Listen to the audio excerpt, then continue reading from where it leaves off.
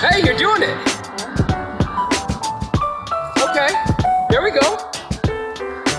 See, this is how you hula hoop. Okay. You totally got it. This is the second lesson. She has greatly improved. Okay. So yeah, I would recommend for Abby that this is actually a great hoop size to start out with. All right, that is really great. That is a great improvement from where she was at before.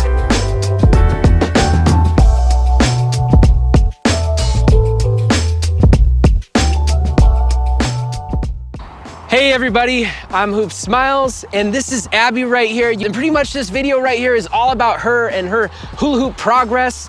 In this clip right here, this was her first time ever hula hooping. And what, that was like a year and a half ago or so, right? Yeah. Wow, that is amazing. And on top of it, she has lost a lot of weight since then. How much weight have you lost? I have lost about 80 pounds. Wow, how is it to hula hoop now versus being 80 pounds heavier? I feel like I can move a lot better, and I feel like I have more endurance. And I've also been practicing a lot, so I've gotten better because of practice too. What made the difference when you first started hula hooping? Definitely the size of the hoop and the technique of rocking back and forth instead of trying to move in a circle around with the hula hoop.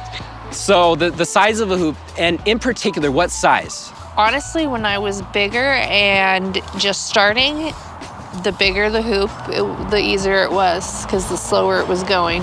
I'm also curious too, like, about your weight loss. What would you say was the main contributing factors to losing 80 pounds? Well, hula hooping helped, but unfortunately I was sick a lot. And so I lost weight because of that. But definitely feeling better now, so. Visit her YouTube channel. I put a link in the description of this video. What videos do you want to see us make in the future? Do you want to see Abby do some more hula hoop tricks? Do you want to see her do something else? Oh, wow.